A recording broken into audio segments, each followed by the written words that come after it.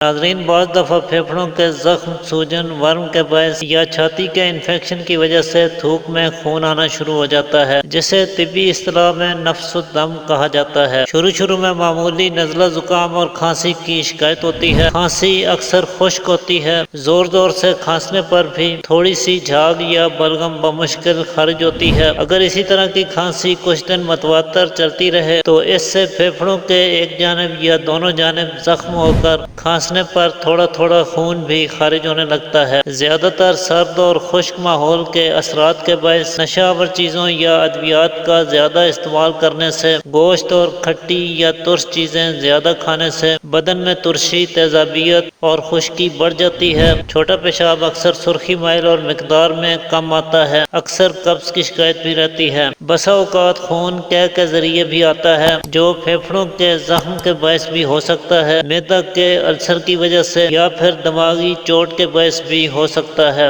اگر پھیپھڑوں سے خون آ رہا ہو تو ایسے میں شدید کھانسی ہونے پر قے آ سکتی ہے۔ زیادہ تر کھانسنے پر جو بلغم یا جھاگ سی نکلتی ہے، اس کے ہمراہ تھوڑا خون سرخ رنگ میں خارج ہوتا ہے۔ چھاتی کے مقام پر درد ہوتا ہے، جبکہ معدہ سے آنے والا خون سرخ ہونے کی بجائے سیاہی مائل یا سیاہ رنگ کا غذا میں ملا جلا خارج ہوتا ہے۔ ایسی صورت میں معدہ کے مقام پر درد، جلن یا بھاری پن اور بوجھ سا محسوس ہوتا ہے۔ دماغی چوٹ سے آنے والا خون قے میں سیاہ رنگ لوتھڑوں کی شکل میں جمع ہوا خارج ہوتا ہے، لہذا اس فرق کو ضرور ذہن میں رکھیے۔ اگر چھاتی میں سے کھانسنے پر تھوڑا خون تھوک میں یا بلغم میں خارج ہوتا ہے تو اس کے لیے ایک بہت ہی مفید اور مؤثر ترین نسخہ آج کی ویڈیو میں آپ کے ساتھ شیئر کرنے والے ہیں، جس کے 2-3 دن کے استعمال سے ہی خون آنا اور کھانسی، سینے کی جکڑن یا پھیپھڑوں کا انفیکشن مکمل طور پہ دور ہو جاتا ہے۔ البتہ اگر قے کے ساتھ خون آتا ہے یا زیادہ مقدار میں خون آتا ہے، ساتھ ہی بخار بھی ہے،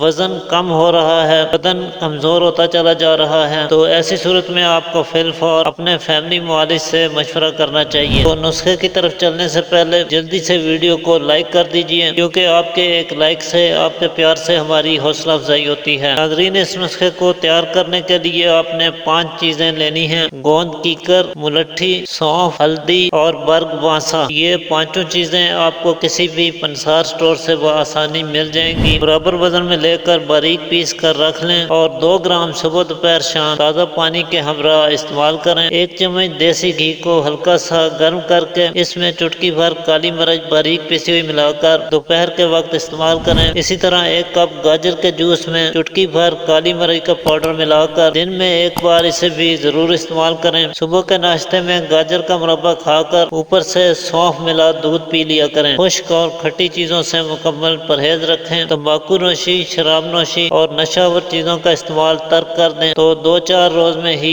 آپ اس مسئلے سے نجات حاصل کر سکتے ہیں۔ آج کے لیے اتنا ہی ناظرین، امید کرتا ہوں آج کی ویڈیو آپ کے لیے مفید ثابت ہوگی۔ اسی کے ساتھ اجازت چاہتا ہوں۔ اللہ حافظ۔